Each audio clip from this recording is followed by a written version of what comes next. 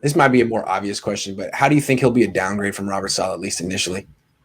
I mean, for obviously it's experience, right? Like, so even when you look at Salah's career, his first couple years, I know he didn't have the talent, right? But the first Right. couple of years, you're like, what's this guy doing? And honestly, I do think there is a certain learning curve that comes with coaching, but I do think he didn't have the talent that first year. I think it's going to be a lot easier for DeMeco to make this transition. He has a good coaching staff, like the rest of his guys. Those are all good assistants that he has, and I think a lot of times we undervalue the assistant coaches. We just talk about the coordinators and we talk about the offensive coordinator and defensive coordinator, but when the assistant coaches are so key to coaching, and he's got a good set of them there, so we can rely on those guys. But I think just experience. There's going to be things out there that he hadn't thought of before, and then how quick can he adjust and learn? Yeah, I mean, it seems like my experience with rookie defensive coordinators is they're usually more focused on establishing a scheme or a system. They're not as good with the weekly game plans. And then they're even worse with the mid-game adjustments.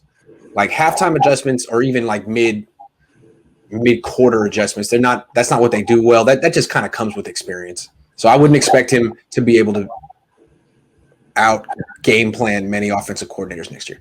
Yeah, and it's like with that stuff, and it's interesting, right? Because I don't know that they're necessarily installing a new scheme, right? Because that definitely plays a part in it. Because I think a lot of times we get hung up on adjustments, and yeah, it's important to make adjustments and do that. But like the back work or the leg work of the adjustments are like you got to have the tools in your toolbox. Like if you don't have that tool in your toolbox, like nope. Coaches aren't out there like drawing plays in the dirt. No. It rarely happens.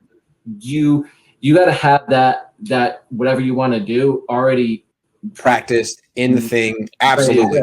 Right. Which means you have to predict like kind of where your weaknesses are, or like one day you might need to use this. So yes.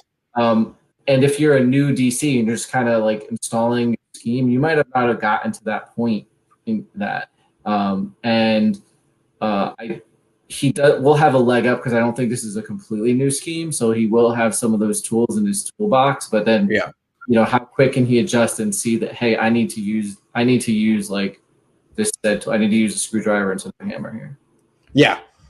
Whatever. Split safety is getting me. Split safety coverage is getting me killed. I got to do this. Or any basic adjustments that he needs to do in the heat of battle. Can he do it? Because it felt like Saleh didn't make the first couple of years, and by the end, he made. I mean, he did. I mean, he famously shut down Sean McVay's bootleg game halfway through in 2019. He could do it.